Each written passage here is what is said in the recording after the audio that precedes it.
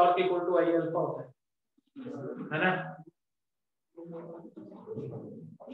देखो डिटरमाइनिंग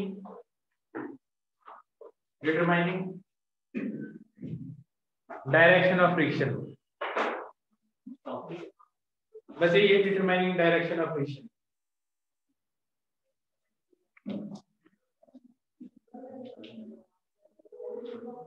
देखो सबसे पहले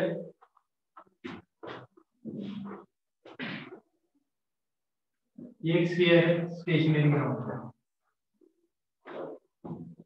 इसकी वेलोसिटी v नॉट है, ओमेगा है, रेडियस इसकी r है, और मैं कहता हूं v not is greater than omega r। इस पॉइंट पे फ्रिक्शन किधर लग रहा हो, ये रस सरफेस। सुनो, इसके लिए आपको पहले ये देखना पड़ेगा कि कौन सी वेलोसिटी ज्यादा है। प्योर रोलिंग के लिए इस पॉइंट की वेलोसिटी 0 नीचे ग्राउंड के बराबर, ये तो है v नॉट, और यहां से बैठ के देखोगे तो हो जाएगी ओमेगा r। और आपको क्या दे रखा है, v not equal to omega r तो रहेगी, वरना 0 थी, तो कौन सी वेलोसिटी ज्यादा है, v नॉट। तो इसका मतलब ये पॉइंट कुछ इस तरफ ज्यादा होगा, और ग्राउंड तो यही है, तो इसके रिस्पेक्ट में ऊपर वाला पॉइंट ऊपर खिसक रहा है, तो इस ऊपर वाले फ्रिक्शन किधर लगना चाहिए, इससे। अब आगे समझ में आ गया।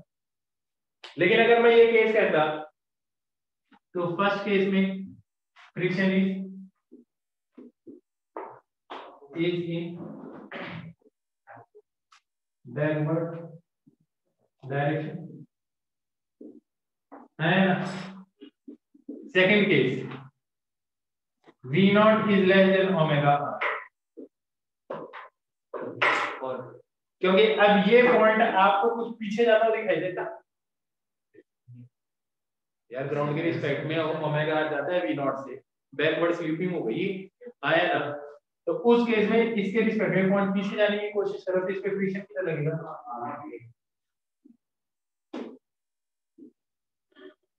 Friction is in forward direction. क्या लॉजिक समझ में आया। Third case v not equal to omega r। अब सुनो, ये तो इस मोमेंट की वेलोसिटी ना, अगले मोमेंट पे हो सकता है वेलोसिटी बढ़ रही हो, अगले मोमेंट पे हो सकता है वेलोसिटी घट रही हो, आया ना। और हो सकता है कि इसकी वेलोसिटी कांस्टेंट हो, तो हर केस अलग अलग है, आया ना। अगर मान लो वेलोसिटी इंक्रीज कर रही है, v नॉट इज इंक्रीजिंग और प्योर रोलिंग ही हो रही है, आया ना, दैट इज, मैं सिंपल एक चीज कहूं, acceleration is in direction of v not. अब सुनो, तो v नॉट तो बढ़ना चाहिए, हॉरिजॉन्टल डायरेक्शन में कौन फोर्स लगा सकता है सर, तो फ्रिक्शन किधर लगना चाहिए, पीछे कैसे लगेगा यार, जब एक्सेलरेशन इस डायरेक्शन में है, हॉरिजॉन्टल डायरेक्शन में है कि फोर्स लगता है वो है फ्रिक्शन, आया ना। तो फ्रिक्शन लगना किधर चाहिए, तो फ्रिक्शन आगे लगेगा, आया ये, क्योंकि जिधर एक्सेलरेशन इधर ही फ्रिक्शन लगना चाहिए, हॉरिजॉन्टल डायरेक्शन में एक्सेलरेट कौन करता है, तो अगर इसकी स्पीड बढ़ रही है तो इस पे फ्रिक्शन किधर लग रहा होगा, आगे लगा, आया। तो इस केस में फ्रिक्शन इज एक्टिंग ऐसे ही, जुगाड़ से काम चला ना, वही लिखना है, आया फॉरवर्ड। अच्छा, ज्यादा ही जुगाड़ हो गया, ये स्टेटमेंट है, आई बात समझ में। Fourth,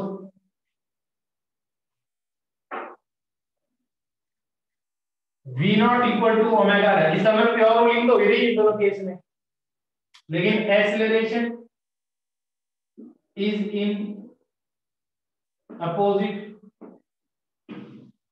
direction of v not.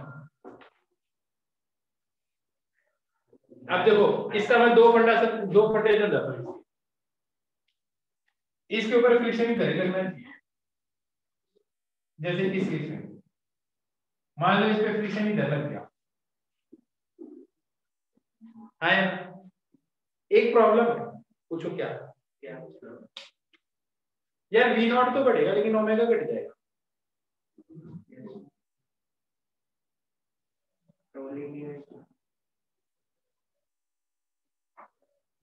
बात समझ में आ रही है? अगर तुम इधर लगाओगे तो वी नॉट तो बढ़ जाएगा लेकिन ओमेगा तो घट जाएगा ना, इसको कैसे डील करेंगे?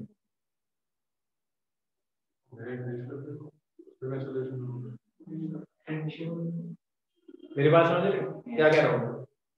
इसके हिसाब से V not equal to omega acceleration direction of V not लिख दिया मैंने, तो एफ नॉट इधर लग गया, इधर एफ नॉट तो सेंटर ऑफ मास के अबाउट, नॉर्मल का तो टॉर्क 0 है, एमजी का टॉर्क 0 है, तो एफ नॉट अगर तुम इंक्रीज कर दोगे है ना, एफ नॉट इधर लगोगे तो वी नॉट तो बढ़ जाएगा लेकिन ओमेगा घट जाएगा, तो फिर प्योर रूलिंग तो रहेगी।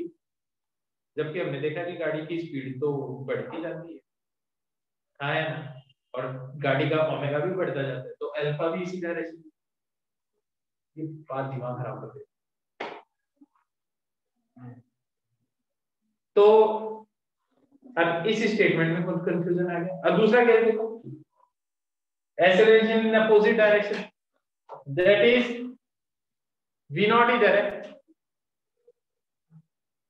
तो अगर फ्रिक्शन इधर लगने लग जाए तो वी नॉट तो कम होता गया और ओमेगा बढ़ता गया, तो V not equal to omega तो रहेगा, क्योंकि इक्वल टू बढ़ रही इक्वल साइन कैसे आएगी? इट मींस यहाँ पे बहुत बड़ा कैच है, और वो कैच क्या है, हमें वो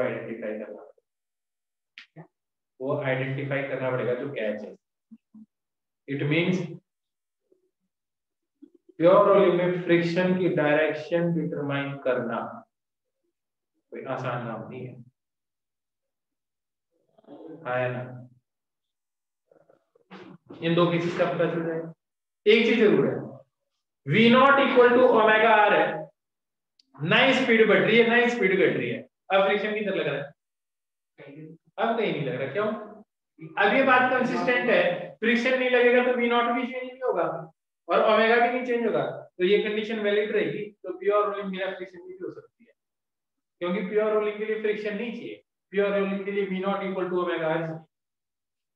हाँ ना, ये मेरे पास समझ में आएगी पक्का?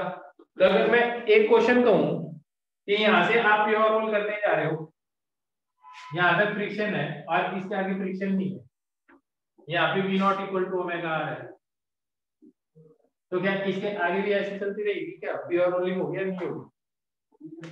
चलती रहेगी प्योर रोलिंग। क्या बात समझ में आया ना?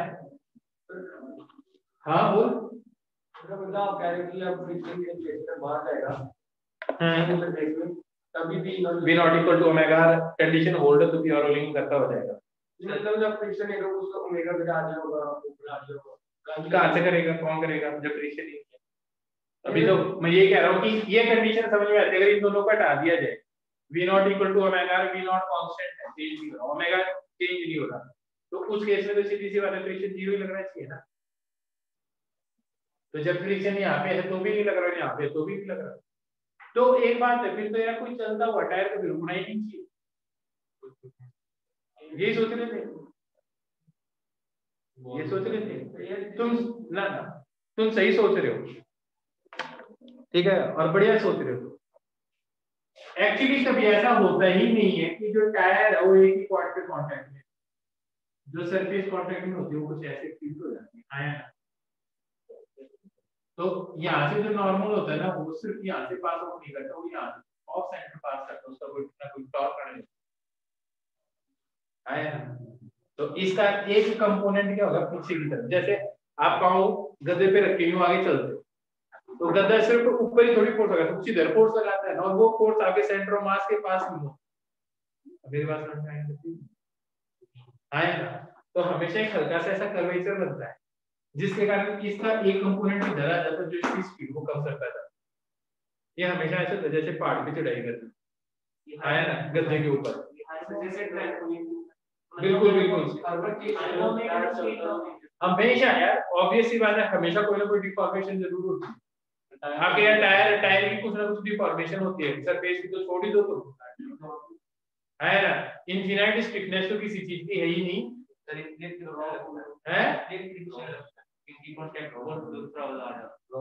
फ्रिक्शन का लगने का लॉजिक अलग है, मैं तो सिर्फ इसके लिए बता रहा हूँ, फ्रिक्शन तो नहीं धीरे करती उसको, नॉर्मल का एक कंपोनेंट है।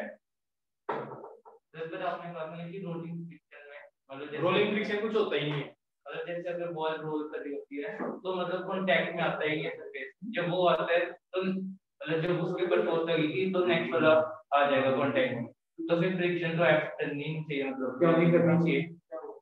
स्टैटिक फ्रिक्शन की तो नाम की चीज दुनिया में पड़ी है, ऐसा तो नहीं कि दुनिया में काइनेटिक फ्रिक्शन ही होता है। स्टैटिक फ्रिक्शन तो तभी लगता है जब दो के बीच में कांटेक्ट टूटा नहीं हो। देयर इज नथिंग लाइक, आराम से सुनो, एकदम से दिमाग डाइजेस्ट नहीं करेगा इन बातों को, हाँ है ना। और जितना चाहिए हमें उतना काम का मैं तुम्हें बता दूंगा, टेंशन मत लो, ठीक है। अरे यार एक चीज सोचो, इतना भी तो तुम ही अभी सोच पा रहे जब मैंने तुम्हें बताया, वरना तो मैं सीधा क्वेश्चन देता और बता देता इसको ऐसे कर दो ऐसे कर दो, तो तुम कभी सोचते ही नहीं, ठीक है। तो ये बात भी तो मैंने तुम्हें सोचने पे मजबूर की है, तो इसका सॉल्यूशन भी देंगे, ठीक है, तो टाइम लगेगा इसमें। तो मैं ये बात कह रहा हूँ कि रियल लाइफ में कुछ सिचुएशन अलग होती है।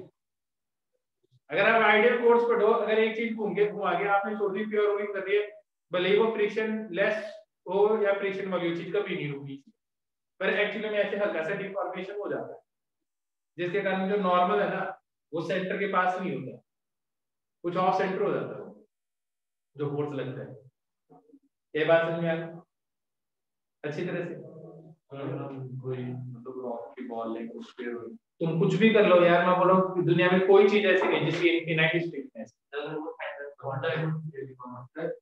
फिर से यार डायमंड इनफिनाइट स्टिफनेस है, तो यार वो ज्यादा दूर तक रोल करेगी, कुछ बॉल है कम दूर तक रोल करती है, कुछ बॉल ज्यादा दूर तक रोल करती है। फुटबॉल की हवा निकाल दे, थोड़ी कम कर दे, कम दूर तक रोल करेगी, एकदम पूरी हवा कर दे ज्यादा दूर तक रोल करेगी, होता नहीं ऐसा। तो फिर फंडा आया तो वहीं से ही है। हाँ सर, जैसे ये जो हमारे टायर है ये डी रोलिंग करेगा तो सर ये जो डिफॉर्मेशन होगा ये हर बार चेंज होगा, मतलब जैसे आगे देखो ये नहीं देखना कि हर बार चेंज होगा, देखो सिर्फ ये देखना डिफॉर्मेशन हमेशा रहेगी है नॉर्मल चेंज। फिर से मैं बोल रहा हूँ यार, एक मोमेंट की तूने फोटो खींच लिया ऐसे, तो अगले मोमेंट में भी कुछ ऐसी होगी, मान ली नीचे ग्राउंड की सरफेस चेंज हो गई तो कुछ अलग टाइप की डिफॉर्मेशन होगी। टायर के अंदर अलग टाइप का प्रेशर है, आप टायर के अंदर प्रेशर चेंज कराते क्या हो, बस उसी को काउंटर करते हो ना, और करते क्या हो, तो वही लॉजिक मैं तुम्हें बता रहा हूँ। फुटबॉल में से हवा निकाल दो थोड़ी, फिर देख लो कितनी दूर तक रोल करती है, और पूरी हवा भर दो, फिर देखो कितनी दूर तक रोल करती है। जबकि तुम्हें पता है कि थोड़ी सी हवा भरने से उसके वेट में तो कोई बहुत ज्यादा चेंज आया नहीं है, और फ्रिक्शन सरफेस ऑफ एरिया के कांटेक्ट पे डिपेंड करता नहीं है, सही बात है एकदम। फिर इतना चेंज क्यों आ गया भाई,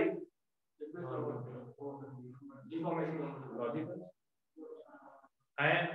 और बात बताऊंगा अभी धीरे धीरे, इट विल टेक टाइम, ठीक है। हाँ रीजन उसके पीछे मैं बता रहा हूँ, टेंशन मत लो। तो इन दो का तो आइडिया लग गया ना, अब इनका आइडिया लगाना है, और एकदम प्योर रोलिंग हो उसमें रिफ्रिक्शन की जरूरत नहीं है। लेकिन एक चीज तुमने देखी होगी, इस टाइम पे इसको कोई ड्राइविंग फोर्स नहीं है, कोई चलाने वाला फोर्स कहीं नहीं लगाया, जबकि साइकिल को जब आप चलाते हो तो चेन होती है जो व्हील के ऊपर घूमती है जो फोर्स लगाती है, जैसे यही चीज होगी। तो इसके ऊपर अगर आप व्हील पे यूं कर दो तो चेन इधर से फोर्स लगाती है, और नीचे वाली जो चेन है वो स्लैग करती रहती है, तो ऊपर वाली फोर्स लगाती है, तो इसमें इधर फोर्स लगता होगा, हाँ या ना। अब देखेंगे फ्रिक्शन की जरूरत,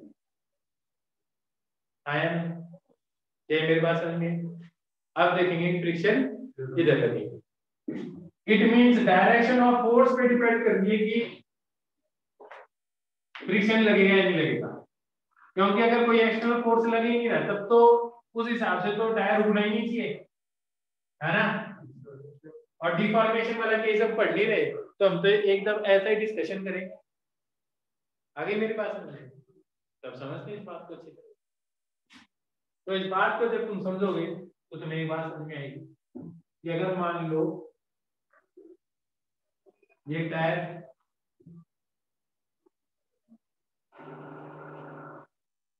ये R1 रेडियस है, तो एकदम सिंपल है, सॉलिड स्फीयर है, सॉलिड स्फीयर है। इस पॉइंट पे F फोर्स लगा रखा है, कोएफिशिएंट ऑफ फ्रिक्शन म्यू है, मास m है, r रेडियस है, सॉलिड स्फीयर है। थोड़ा सा सॉल्व करते हैं, फ्रिक्शन का आइडिया लग जाएगा कि किधर लगना चाहिए। तो बताओ ऐसे किधर लगना चाहिए तुम्हारी, पीछे लगना चाहिए, क्यों? अब मेरे को एक बात बताओ, ये फोर्स बड़ा होना चाहिए या ये फ्रिक्शन बड़ा होना चाहिए, बताओ। अगर स्पीड बढ़ रही है तो F minus F should be equal to m into acceleration of center of mass, है ना। this torque plus this torque, है ना, should be equal to m into, मैं एक चीज कहता हूँ यार, ऐसा नहीं कर सकते थे। देखो तुम्हारी क्वेश्चन है, तुम्हारी जवाब, मैंने कहा फ्रिक्शन इधर लगा देता हूँ, ग्रीन वाली की मैं इक्वेशन लिखता हूँ, F minus F equal to m into acceleration of center of mass, F into R plus F into R should be equal to I into alpha, और प्योर रूलिंग है तो A centre of mass is equal to R है। Book कर लिया तो V equal to omega R उसी साथ, इसके अंदर भी यही करते। अगर मान लो फ्रिक्शन इधर लग जाता तो आप इक्वेशन क्या लिखते, F plus F equal to m into A centre of mass और F into R minus F। अब ये टॉर्क कैसे घुमाता, ये टॉर्क कैसे घुमाता है, पर ये टॉर्क बड़ा होना चाहिए क्योंकि चीज ऐसे ही घूम के जा रही है आगे, ऑब्वियस सी बात है। into R should be equal to I into alpha, ये पहली इक्वेशन है, दूसरी इक्वेशन तो दोनों ही सही काम कर रही है।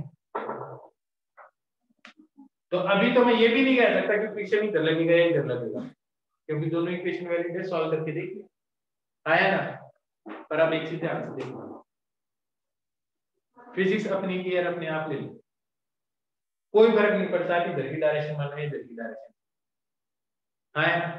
अगर आपने इधर की डायरेक्शन मानी, ये वाली इक्वेशन सॉल्व की है, और अगर फ्रिक्शन इधर लग रहा है तो आप सॉल्व करके देख लो F की वैल्यू नेगेटिव आई,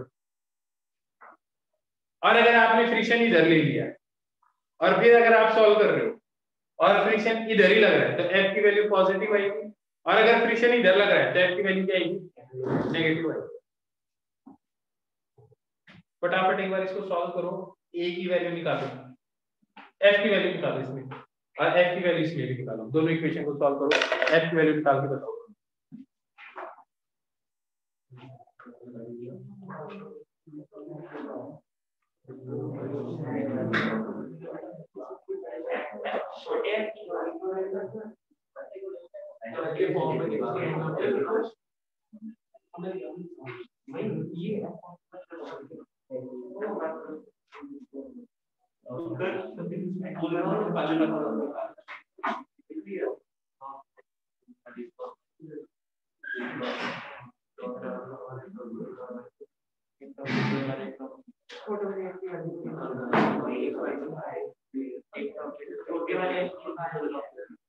छोटे वाले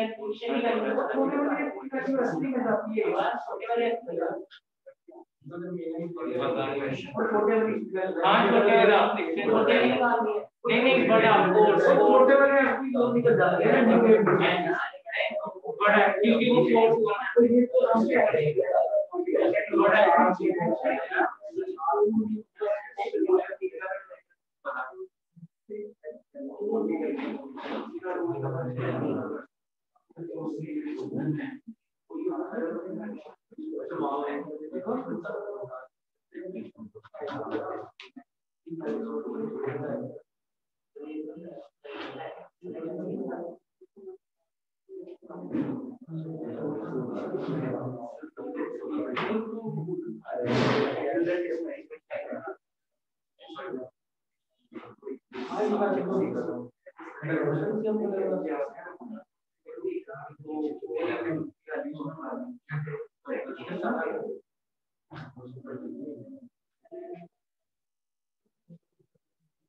क्या है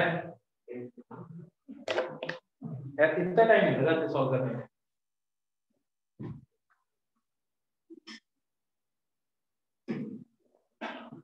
सेकंड बेटा एक ही डायग्राम है, एक बार मैंने ये माना फ्रिक्शन इधर लोगों ने कहा, एक बार मैंने कहा, एक बार इधर भी मान के देख लो, दोनों से इक्वेशन बना लो, बताओ एफ की वैल्यू क्या आ रही है।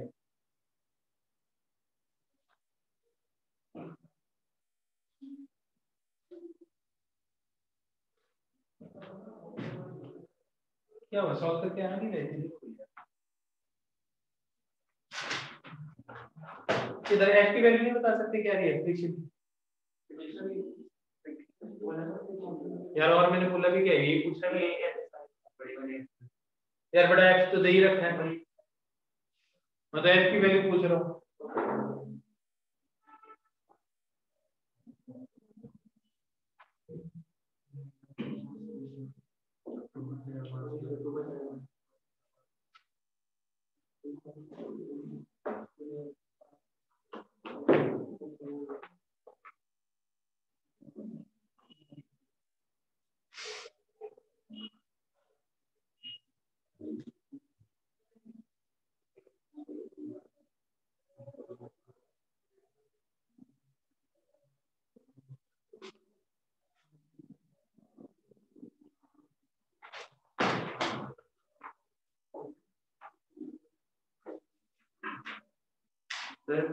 फ्रिक्शन आ रहा है माइनस डीएम में, आई की वैल्यू इनपुट करनी होगी, बिना आई की वैल्यू बता,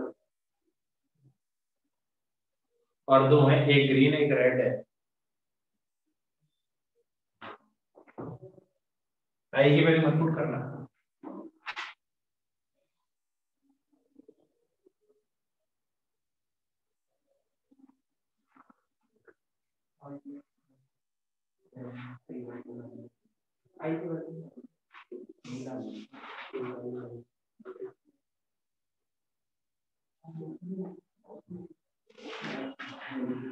आइए लिखूं, F equal to I into A minus M A two R upon two R square, सही है क्या ये देख लो,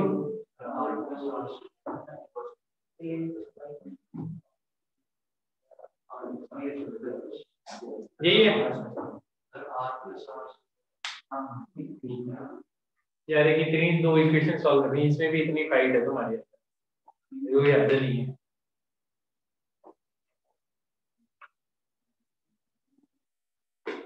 मतलब दो इक्वेशन नहीं सॉल्व कर सकते तुम, इतने जीरो।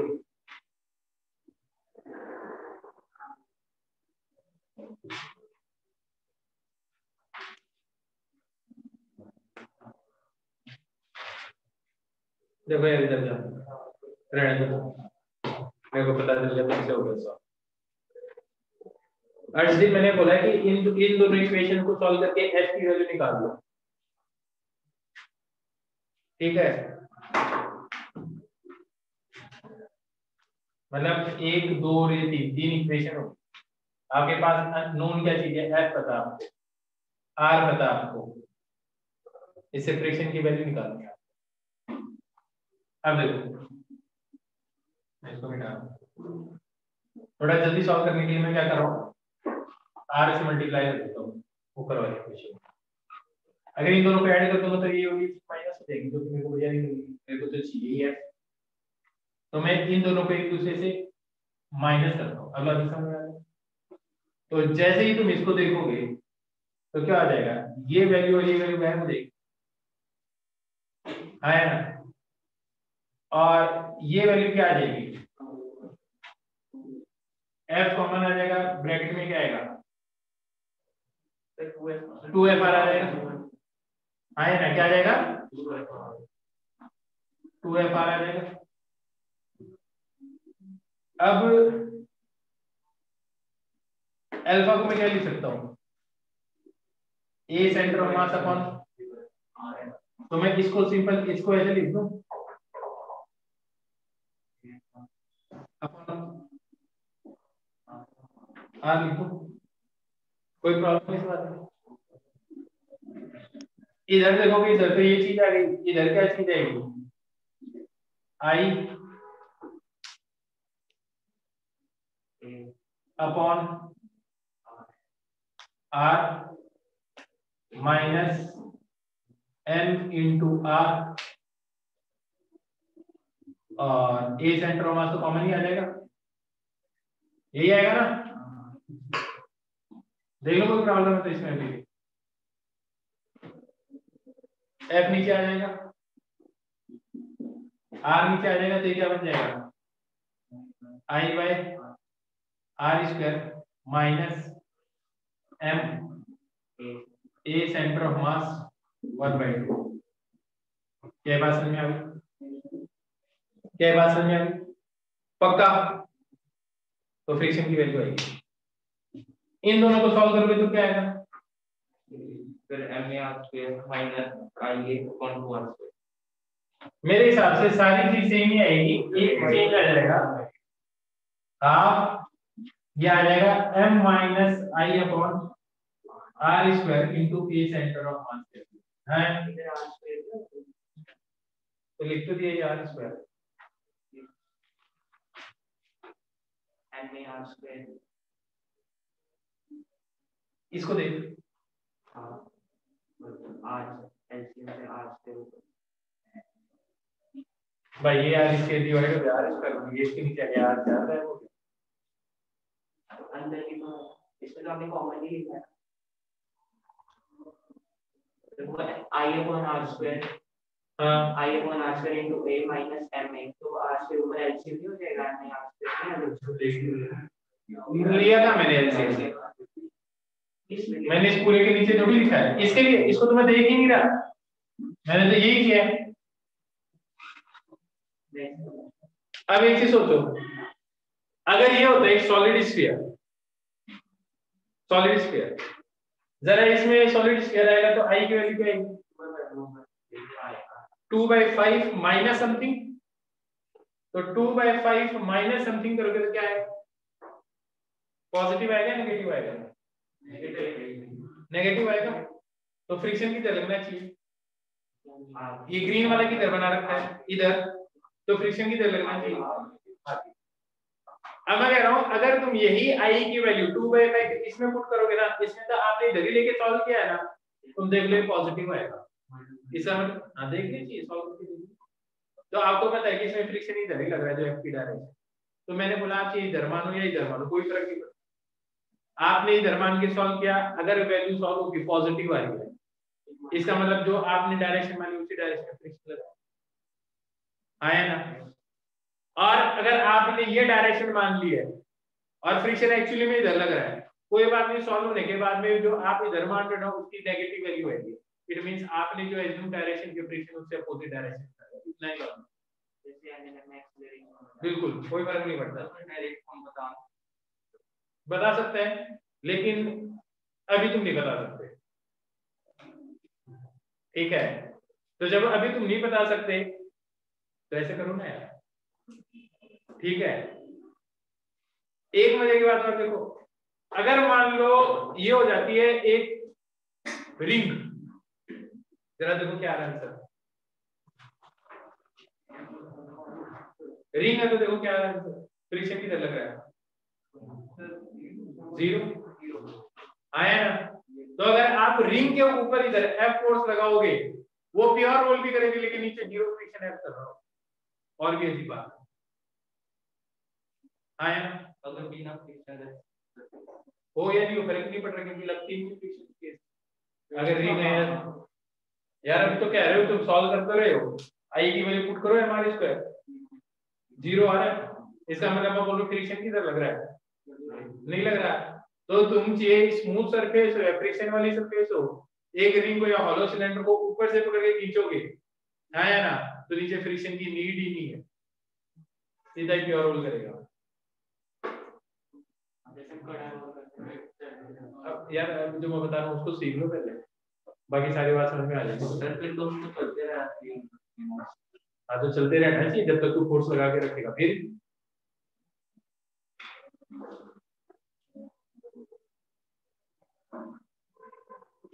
यार ये बहुत नॉन इंट्यूटिव चीज है, दैट इज सोचने में अलग लगता है। ये डेरिवेशन नहीं है बेटा, ये बेसिक तरीका है कि आपको फ्रिक्शन की डायरेक्शन ही नहीं पता होगा तो आप कैसे सॉल्व करोगे।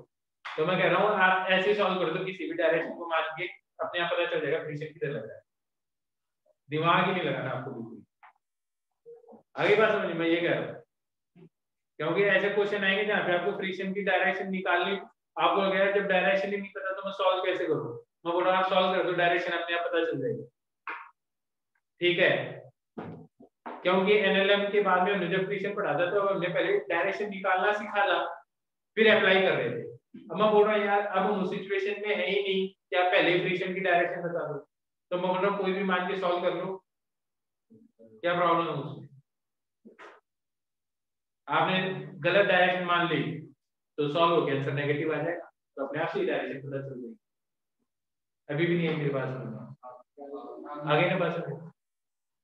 अगर मान लो ये सॉलिड स्फीयर है तो फ्रिक्शन की वैल्यू पता चल जाएगी, हॉलो स्फीयर है तो पता चल जाएगी, रिंग है तो पता चल जाएगी, अब कोई भी टाइप की हो हर टाइप की पता चल जाएगी। हाँ क्या बात समझे, कोई भी हॉलो रिंग होती है वो यार मैंने हॉलो का मतलब क्या है, ये एमआर स्क्वायर है जिसका मोमेंट ऑफ इनर्शिया। अब तेरा इस हॉलो स्फीयर है, हॉलो स्फीयर का मोमेंट ऑफ इनर्शिया पुट कर तो देख क्या आएगा, ये वैल्यू क्या आएगी, पॉजिटिव आएगी नेगेटिव आएगी, नेगेटिव आएगी तो मतलब उसमें फ्रिक्शन आगे लगेगा। तो ये क्यों मान रहा है कि जो हॉलो होगा उस पे जीरो लगेगा। सिंपल ये है, जो मोमेंट ऑफ इनर्शिया तू डालेगा उसके अकॉर्डिंग पता चलेगा। अब इतनी बात समझ में आ गई, इतना सॉल्व करना आ गया सबको पक्का। तो अब बताओ फ्रिक्शन के बारे में ज्यादा टेंशन लेने की जरूरत है क्या, नहीं लेने की जरूरत है ना। तो बस सोचना ही नहीं फ्रिक्शन की जरूरत है, जहाँ पे कुछ कुछ आइडिया लगा सको आइडिया लगा लेना, आइडिया गलत भी हो जाएगा कोई बात नेगेटिव आ जाएगा और क्या लॉजिक आगे आराम से कर सकते हैं इस टाइप के क्वेश्चन। अब मैं बोल दूं यहाँ पे फोर्स 10 न्यूटन है, मास ये है, एक्सेलरेशन भी निकाल सकते हो, फ्रिक्शन भी निकाल सकते हो, सब कुछ सॉल्व कर सकते हो ऐसे क्वेश्चन, कोई प्रॉब्लम नहीं है ना पक्का। एक क्वेश्चन और मैं कहता हूँ, मैंने क्या करवाया, क्या करवाया मैंने, तो इसको रटेगा ये बता मेरे को, मैं इसको रटेगा क्या, अभी स्टैंडर्ड है तो रट ले, ये पर स्टैंडर्ड है वो रटना पड़ेगा तो मोमेंट ठीक है समझ गया। मैं एक चीज कह रहा हूँ तुम्हें, रिंग है तो ऊपर वाले पॉइंट पे लगाओगे तो ये प्योर रोल करना शुरू हो जाएगा भले फ्रिक्शन ना भी हो। मैं कहता हूँ अगर मान लो आपके पास सॉलिड सिलेंडर है, रेडियस इसकी आर है, मैं इससे कितनी हाइट ऊपर फोर्स लगाऊं कि ये फ्रिक्शनलेस, कि जीरो फ्रिक्शन ऐड करे इसके ऊपर। अब मेरा क्वेश्चन समझ कि मैं क्या कर रहा हूं, क्या कहा मैंने, यहां से कितनी हाइट पे मैं फोर्स लगाऊं, अप्लाइड फोर्स एफ लगाऊं कि कोई फ्रिक्शन एक्ट ही ना करे और प्योर स्टार्ट करे। अब थोड़ी सी रिवर्स चीज पूछिए आपसे, क्या पूछा मैंने, अब आप कैसे सॉल्व करोगे, लॉजिक बताओ। सिंपल है कि जो आपके पास टॉर्क है ना वो अब F इंटू आर नहीं होगा, वो क्या होगा F इंटू एच होगा। आया बात समझ में आई नहीं, वही क्या करेगा इसके सेंटर मास को एक्सेलरेट करेगा और वही क्या करेगा इसको और A equal to R alpha होना चाहिए, तो फ्रिक्शन की नीड ना होगी। जैसे आप लिखोगे इसके लिए ऐसे नहीं पूरा इतना सॉल्व करोगे, तुम लिखोगे F equal to M A कर दिया, F into H equal to what I into alpha कर दिया और एल्फा को A इक्वल टू क्या कर दोगे आर एल्फा, तो एल्फा को क्या लिख दोगे तुम A अपॉन आर, आए ना, I को क्या लिखोगे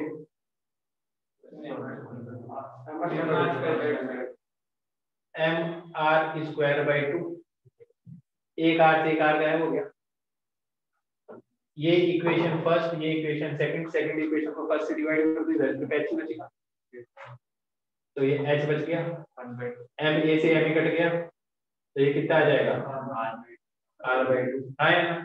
तो यहाँ से r/2 हाइट ऊपर अगर आप ये अप्लाई करोगे तो चीज क्या करेगी, प्योर रोल करेगी बिना फ्रिक्शन, है ना। आएगा समझ। कई बार ऐसा भी पूछा जाता है इसको कितनी हाइट पे हिट करूं एकदम से, ये जस्ट प्योर रोल स्टार्ट कर दे। आप फुटबॉल पे हिट करते हो तो कई बार क्या करती है, पहले वो स्किड करती है फिर प्योर रोल करती है ना, है ना। तो मैं बोल रहा हूँ कि किस हाइट पे, यहाँ से किस हाइट पे मैं इंपल्स होगी यहीं से प्योर रोल, जैसे बिलियर्ड्स खेलते हैं, है ना, किस हाइट पे हिट करूं तो सीधी प्योर रोल कर जाए। आई बात समझ में।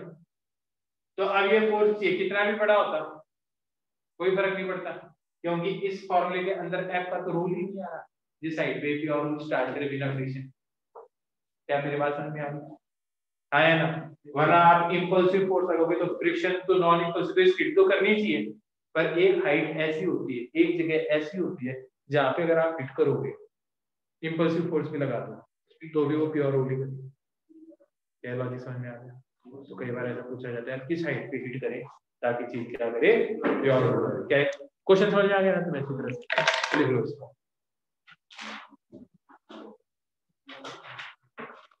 It is very very interesting.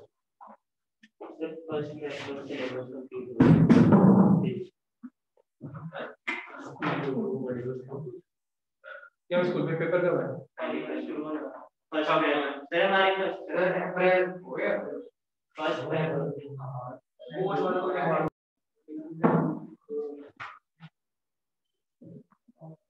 सुनो एक बार फिर से सुनो, ये सारा समझ में आ गया।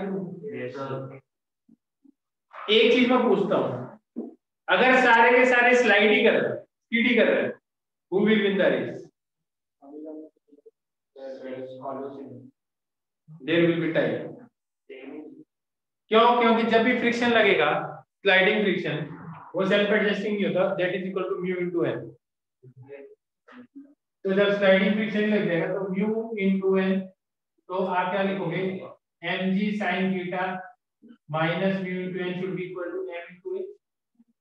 कहीं पे भी आपको उसकी तो रिक्वायरमेंट ही नहीं मोमेंट ऑफ इनर्शिया की, मार्केट में आए, क्योंकि उसमें फ्रिक्शन अलग होगा ही नहीं। जब स्लाइडिंग ही हो गई है तो सब में फ्रिक्शन तो सेम ही लगेगा, सेम मास के हैं, तो कितना लगेगा, म्यू इनटू एन, आया ना। तो there will be time.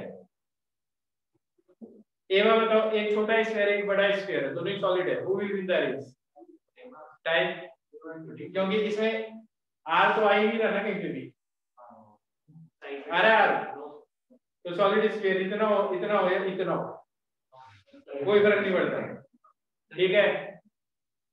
School में पक्का क्वेश्चन आता है, नीट में बहुत बार आता है, जेईई मेंस में बहुत बार आता है, who will win the race. और स्कूल में डेरिवेशन भी पूछी जाती है, बिल्कुल देखिए ऐसा है, मास ज्यादा होगा कोई फर्क नहीं पड़ता, solid sphere all are solid sphere. R नहीं आ रहा है कहीं पे भी, एम भी नहीं आ रहा है एक्सीलरेशन में, क्या करोगे?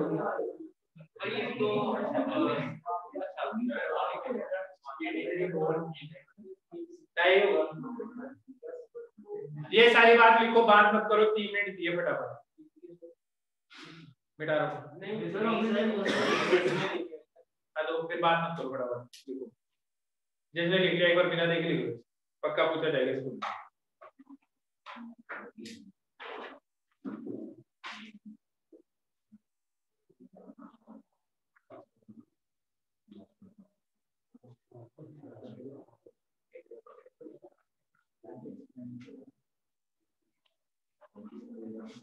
सभी मैं तो देखेंगे कि हम लोग ये रहेगा, क्यों तेरा फॉर्मूला सब में अलग नहीं है, गाड़ी अलग है। नहीं मैं कह रहा हूँ बस इंक्लाइन में तो बस मतलब आई के अलावा इंक्लाइन में ये रहेगा।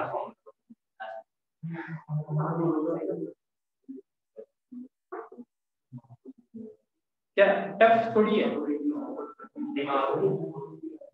थोड़ा सा मेथोडिकल है और 2-4 बार करोगे तो ऐसे फील आने लगेगी, ऐसे करोगे क्योंकि आप क्या कर रहे हो, टॉर्क इक्वल टू IR कर रहे हो और net force is equal to MA कर रहे हो। और बढ़िया बात है फ्रिक्शन का आइडिया लगे तो बढ़िया है, नहीं लगे तो कोई भी मन से मान लो यार गलत होगा तो आ जाएगा। इक्वेशन सॉल्व जल्दी नहीं होती, उसके लिए फिर से 9-10 पढ़नी। और पता है क्या एक्चुअली इक्वेशन सॉल्व पता है क्यों नहीं होती जल्दी, क्योंकि आप जब भी सॉल्व करते हैं एक ही तरीके से सॉल्व करते हैं। आप कभी ये थॉट देते नहीं यार इसको जल्दी करने का भी कोई तरीका हो सकता है, और जल्दी करने का तरीका तब मिलता है जब आप एक ही क्वेश्चन को फिर से थॉट देते हो यार इसको मैं कैसे सॉल्व कर सकता था जल्दी आंसर। आपने वो थॉट कभी दिया ही नहीं और ना आज देता।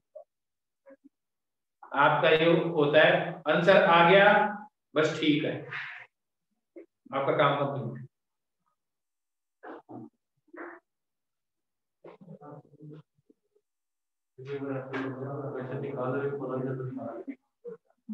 क्वेश्चन निकाल के ठीक भी पता नहीं चलता कैसे।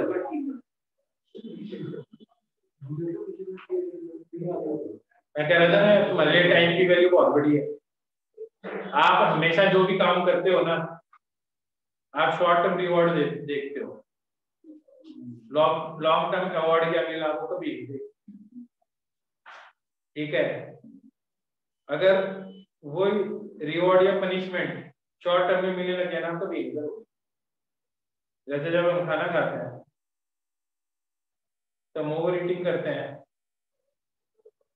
तो हमें खाना खाना अच्छा लगता है, भले हमारा वेट बढ़ जाए कल तो हम बीमार, लेकिन वो इफेक्ट एकदम से नहीं आता, वो लॉन्ग टर्म में आता है। लेकिन अगर मान लो अभी खाना खाया अभी आपका वजन बढ़ जाए 100 किलो तो आप कभी ज्यादा नहीं खाओगे। मेरी बात समझ में आ रही है? तो जो चीज आगे जाके रिजल्ट देती है ना लंबे टाइम बाद में, हम खुद हमने अपना गोल भी वही सेट किया है लेकिन हम उसके अगेंस्ट काम करते हैं क्योंकि हम इमीडिएट रिजल्ट देखते हैं। जैसे बात आएगी सिलेबस की, तो अभी आज के दिन हमारा जो टारगेट है ना बस सिलेबस कंप्लीट हो जाए कैसे ना कैसे। मैंने क्या कहा करवा सकता हूँ, कोई दिक्कत नहीं, because that is a short term, आपको वही दिखाई देगा, आपके घर वालों को भी वही दिखाई देगा। ठीक है, मेरे पास पेरेंट्स आते कहते कि सर सिलेबस तो कुछ हुआ ही नहीं यार, स्कूल में सिलेबस कंप्लीट हो तो गया तो कौन से टिंडे गाड़ तो मेरी बात समझ रहे हो जो मैं कहना चाहता हूँ? ठीक है, लेकिन उनको भी यही चाहिए कि सिलेबस कंप्लीट हो जाना चाहिए और पास हो जाना चाहिए। This is a short term target, आया ना, ये शॉर्ट टर्म टारगेट है। अगर उनको ये पता चल जाए ना, आज पता चल जाए कि स्कूल में 60% से 90% तक जाते जाते 11th क्लास के रिजल्ट के अंदर IIT JEE नहीं क्रैक होगा, उनका थॉट चेंज हो जाएगा, लेकिन रिजल्ट सेम डे आना चाहिए।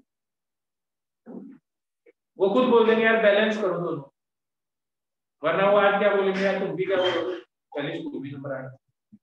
मैं बोल रहा हूँ आज की बात बता रहा हूँ मैं, जिस दिन तुम्हारे 11th का रिजल्ट है उसी दिन JEE का रिजल्ट आना होना, और ये पता हो इसके बाद तुम पेपर नहीं दे सकते, घर वाले बोलेंगे बैलेंस करो दोनों को पढ़ना है क्योंकि JEE का रिजल्ट बाद में आना है। इस लोग की आज के दिन परवाह नहीं, जबकि हो सकता है back of the mind thought वही हो, अरे यार वो थॉट ही नहीं आता तो लोकल ट्यूशन ही करवा देते, घर में बैठ के लोग गांव में पढ़ते हैं ना, स्कूल में भी तो बच्चे पढ़ के पास होते हैं, स्कूल में बोर्ड में जबरदस्त परसेंटेज लेकर आता है। तो तुम्हारे घर वालों ने यहाँ पे एडमिशन तुम्हारे स्कूल में अच्छे नंबरों के लिए तो नहीं दिलाया, लेकिन आज के दिन अगर पूछा जाए तो हर किसी का थॉट यार स्कूल में कैसे नंबर आए। होता क्या है, we all work against our targets। हमारी एक आदत है हम प्रोक्रेस्टिनेट करते हैं, लट जाते हैं सबसे पहले, है ना ये प्रॉब्लम। तो यही है ना, आज के दिन नहीं समझते हमें क्या करना है। मैंने बोला ना आज के दिन ही आज के दिन रिजल्ट आ जाएगा तो दुनिया में सब सही होगा।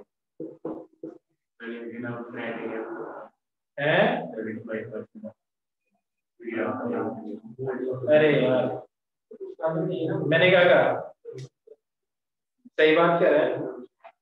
तो इसका मतलब हमें 75% पे टारगेट करना चाहिए, ना ही कि आईआईटी की रिजल्ट पे। मना किसने किया? मैं मना किसने किया? मैं तो ये कह रहा हूँ कि बहुत सा काम है जो आप खुद कर सकते हो, you become over dependent on other.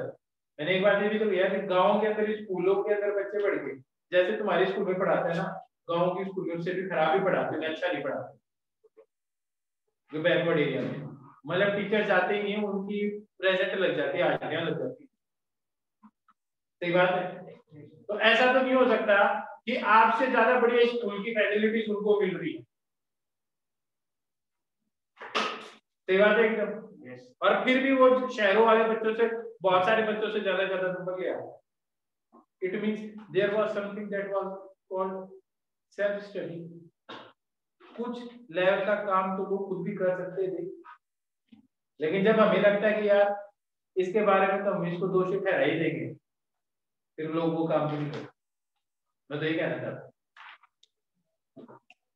और देखो लोग, मैं कितना क्लियर हूँ तुम्हारे सामने। मैंने बोला तुम बोलो जनवरी में कोर्स खत्म कराना, जनवरी में कराऊंगा, मैं बोलता हूँ ठीक है। लेकिन जैसे स्कूल में नंबर नहीं आए ना, फिर यही बात होगी, ये हमारा सिलेबस कंप्लीट हुआ। जयकर आपकी मदर आई है बैड डे।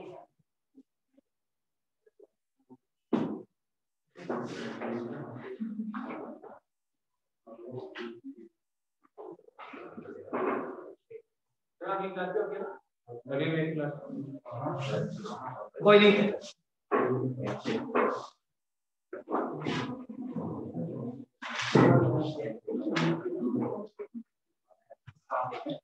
यहाँ पे समझ आ गया सबको?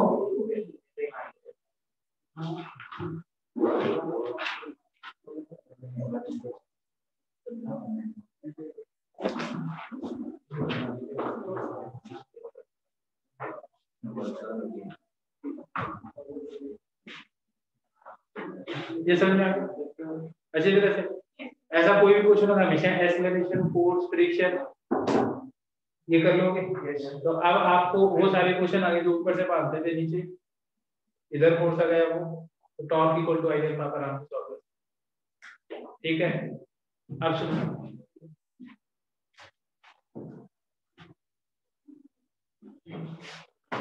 ये एक इंक्लाइन है और इसके ऊपर एक सॉलिड कोट रखा है।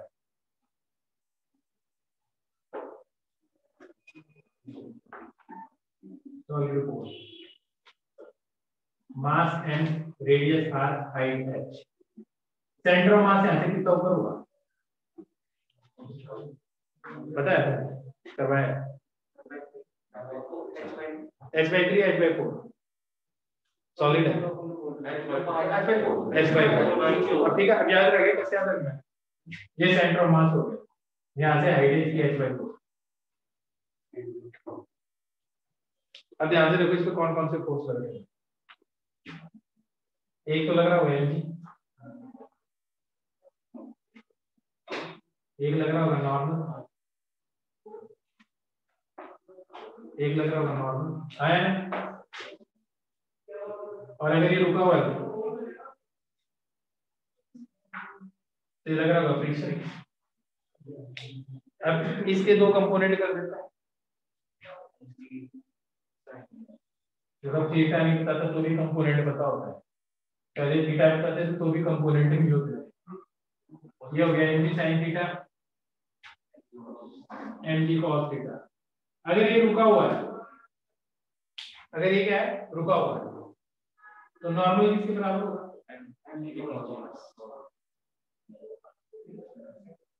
और फ्रिक्शन किसके बराबर होगा?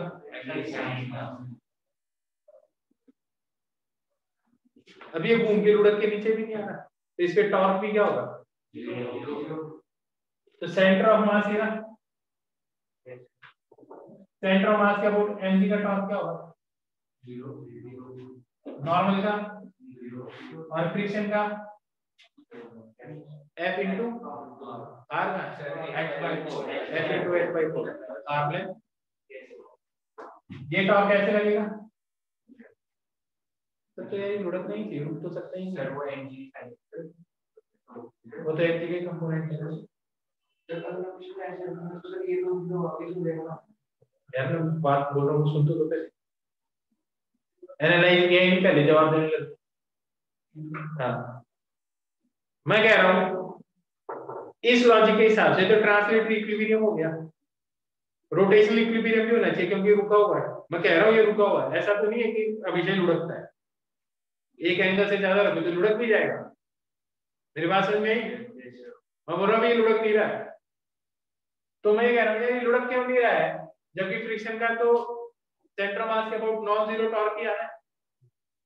सोचो 1 मिनट 2 मिनट देता हूँ तुम्हें सोचो। डिस्कस नहीं करना है, फिर सोचना है।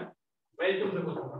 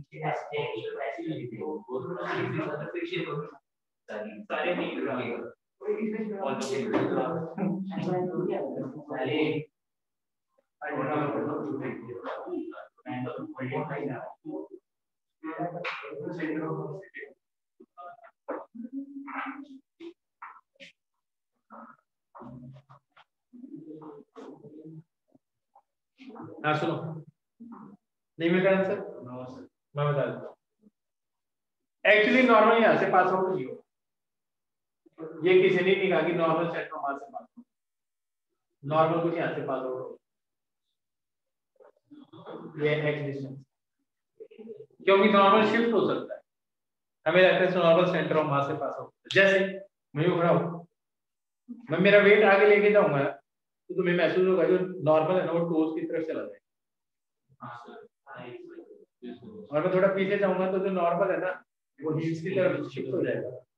इट मींस नॉर्मल शिफ्ट हो सकता है, लेकिन नॉर्मल के शिफ्ट होने का मार्जिन कितना हो सकता है? ज्यादा से ज्यादा जितना सरफेस ऑफ कांटेक्ट।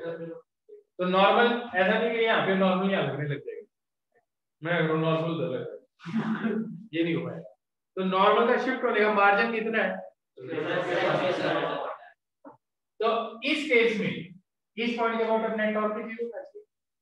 अब जितना फ्रिक्शन का टॉर्क कैसे होगा उतना नॉर्मल का टॉर्क कैसे होगा? अब हो गया सॉल्व। तो फ्रिक्शन का टॉर्क कितना है?